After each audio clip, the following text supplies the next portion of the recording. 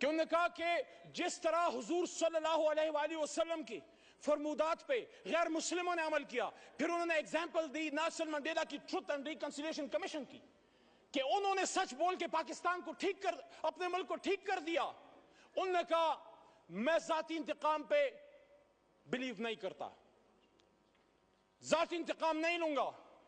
ہاں جس نے کوئی ظلم کیا ہے عدالت جانے اور قانون، لیکن سیاسی انتقام نہیں. لیکن سچ بولیں گے تو ٹروتھ اینڈ ریکنسیلیشن کمیشن بنے گا. یہ جو اس طرف سے وزیر اعظم کے مشیر، حالانکہ ان کو ہم وزیر اعظم ہمارا اصولی موقف ہے نہیں مانتے، لیکن ایک ان کی طرف سے دعوت آئی ہے رانا ثناء اللہ صاحب کی طرف سے مذاکرات کی، آصف زرداری صاحب کی طرف سے بھی دعوت آئی مذاکرات کی. میں آج تحریک انصاف کی طرف سے یہ بات یہاں رکھنا چاہتا ہوں کہ کب عمران خان صاحب نے مذاکرات سے انکار کیا؟ 5 اگست کو جب گرفتار ہو رہے تھے، جب ان کو اٹھایا جا رہا تھا، تو میرے جناب ڈپٹی سپیکر صاحب انہوں نے اس دن بھی کہا کہ ہم سب سے بات کرنے کے لیے تیار ہیں، لیکن بات کی نکات کیا ہوں گے؟ کیا ہم سچ پہ آئیں گے؟ کیا ہم سچ بولیں گے؟ کیا ہم سچ بولیں گے؟ ٹروتھ اینڈ ریکنسیلیشن کمیشن کے لیے سچائی جو ہے وہ پہلی شرط ہے. آصفہ بی بی کو میں ویلکم کرتا ہوں، ایوان میں شہید بینظیر بھٹو صاحبہ کی صاحبزادی ہیں. دیکھیے جناب ڈپٹی سپیکر صاحب، اگر ہم سمجھتے ہیں کہ پاکستان کو ٹھیک ہونا ہے تو پھر ہم لوگوں نے فیصلے کرنے. ہمیں کوئی بروکر، کوئی ڈیلر، کوئی شخص ہمیں نہیں چاہیے جو ہم آپس میں بٹھائے. جب ہم اپنی لڑائی یہاں سے باہر لے کے جائیں گے، پھر سپریم کورٹ بھی عمل میں آئے گی اور پھر پنڈی اور اپارا اور بہت سی جگہ اور عمل میں آئیں گی. میری آپ سے درخواست ہے، سپیکر کی کرسی انیشیٹو لے. ہمارا سب سے پہلا نقطہ جناب عمران خان صاحب اور اسیران کی رہائی ہے. پولیٹیکل کیسز ہیں. وہ شخص جو وزیر اعظم تھا، اچانک اس پہ کیسے 150-200 کیسز بن گئے؟ He's a political prisoner. He's a prisoner of conscience. And I'm not defending whatever atrocities have been done to you in the past. اگر ہم اس پہ جائیں گے تو پھر بات حل نہیں ہوگی. یہاں اعجاز الحق صاحب بھی موجود ہیں، ان سے احترام کا رشتہ ہے، لیکن جو ہوا ماضی میں وہ ٹھیک تو نہیں تھا. اگر ہم یہاں اپنے کربناک اور دردناک ماضی پہ شرمندہ نہیں ہوں گے، سچ نہیں بولیں گے، ملک نہیں جائے گا آگے. جس نے ماضی میں غلط کیا ہم تو نہیں تھے. ہم اپنے پرکھوں کی اچھی باتوں کو یاد کرتے ہیں، غلط باتوں کو ڈیفینڈ ہم نہ کریں. میرا دادا پیر محمد صاحب 1927 کا مسلم لیگی تھا اس زمانے میں، آج والا نہیں. پاکستان بنانے کی تحریک میں تھا، اس تحریک میں جیل بھی کاٹی. لیکن آج میں سمجھتا ہوں کہ سچ بولنے کا وقت ہے. جہاں مجھے اس پہ فخر ہے کہ تحریک پاکستان کا کارکن تھا، جناح کا ساتھی تھا، جیل کاٹی، پاکستان کے لیے تکلیف اٹھائی، وہاں جب وہ فیڈرل منسٹر فور ریونیو بنے، میرے خیال میں ان کو ایوب خان صاحب کی کیبنٹ میں وزیر نہیں بننا چاہیے تھا. محمد علی صاحب 10 منٹ کا فیصلہ ضیاء ہوا الحق تھا، صاحب کی 13 منٹ ہو گئے. ضیاء الحق صاحب کی شورا میں بھی وہ تھے. آج وقت ہے کہ سب سچ بولیں. میں سمجھتا ہوں کہ میرے دادا پیر محمد خان صاحب کو مرحوم ضیاء الحق صاحب کی شورا میں نہیں ہونا چاہیے تھا. ایز اے ڈیموکریٹ احترام کا رشتہ آج بھی اعجاز صاحب سے ہے اور کل بھی رہے گا اور انشاءاللہ مرتے دم تک رہے گا. لیکن سچ تو کوئی یہاں بولے.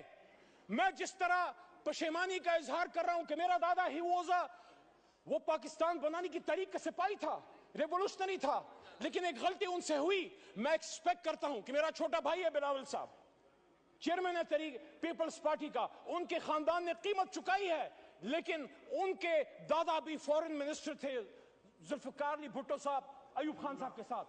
ہم سب کو ان سچائیوں کی طرف آنا پڑے گا. بعد میں انہوں نے قیمت چکائی جس کو ہم آج اپریشیٹ کرتے ہیں. میں نے اپنے لیڈر سے زیادہ آپ کے لیڈران کی بات کی ہے، لیکن آج میں یہ بات دوبارہ رکھنا چاہتا ہوں کہ عمران خان صاحب نے، کیا آپ یہ سمجھتے ہیں کہ کیا صرف ان کی کسی غلط پالیسی کی وجہ سے عمران خان صاحب کو گھر بھیجا گیا؟ میں نے 2 سال پہلے بھی یہ بات کی ڈپٹی سپیکر صاحب، اور آج بھی اس بات پہ قائل ہوں. جب اس ایوان میں اکیلا کھڑا تھا میں نے وہاں یہ بات کی تھی کہ عمران خان کو اس بات کی سزا دی گئی ہے کہ جس بات کی سزا ہمیشہ پاکستان میں کوئی بھی جو آزاد پالیسی بنانا چاہتا ہے، ہم سے پہلے جس بھی لیڈر کے ساتھ ہوا ہے آپ سب کو پتا ہے کہ انہوں نے پاکستان کی 1 انچ زمین کسی غیر ملک کو دینے سے انکار کیا، اور جب یہاں 2 OIC کانفرنسیں کی اور جب مسلم بلاک کی بات کی، امت مسلمہ کو اکٹھے کرنے کی بات کی، تو یہیں پہ بلاول صاحب موجود تھے. وہاں سے میں نے ان کو بات کی کہ بلاول صاحب آپ کے نانا نے بھی مسلم امہ کو اکٹھا کیا، میرے لیے شکریہ. شکریہ.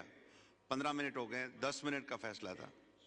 مائک کھولے محمد علی صاحب، وائنڈ اپ کریں. تو اس جرم کی پاداش میں آج عمران خان صاحب جیل میں پڑے ہوئے ہیں.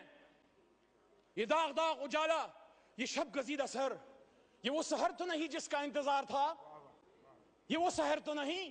قائد اعظم نے اس لیے قربانی دی تھی کہ آج ہمارے فیصلے کوئی اور کریں گے. اور وہ کون ہے؟ رسول صلی اللہ علیہ وسلم کی دفاع کیا، پاکستان کا دفاع کیا، آرم فورسز کا دفاع کیا، مسئلہ کشمیر کا دفاع کیا، فلسطین کا دفاع کیا. جب جیل میں اڈیالہ میں ممتاز قادری صاحب کے سیل میں، ڈیتھ سیل میں پڑا ہوتا تھا، میں سوچتا تھا کہ کیا جرم کر کے آئے ہو. جب اڈیالہ سے جیلم لے کے گئے، یہ میرے جیب سے یہ قلم لے لیا گیا، یہ تسبیح لے لی گئی، انہی جوتوں میں آج آیا ہوں جو جوتے میرے جیل میں اتار دیے گئے، یہ وکیل کا کوٹ میرے بدن سے اتار دیا گیا. کیا میں مجرم تھا؟ میں اپنے الحمدللہ اس کالے کوٹ پہ فخر کرتا ہوں جو پاکستان بنانے والے کا کوٹ ہے. شکریہ. قلم کی تسلیم مت کرو. پاکستان شکریہ. شکریہ. شکریہ.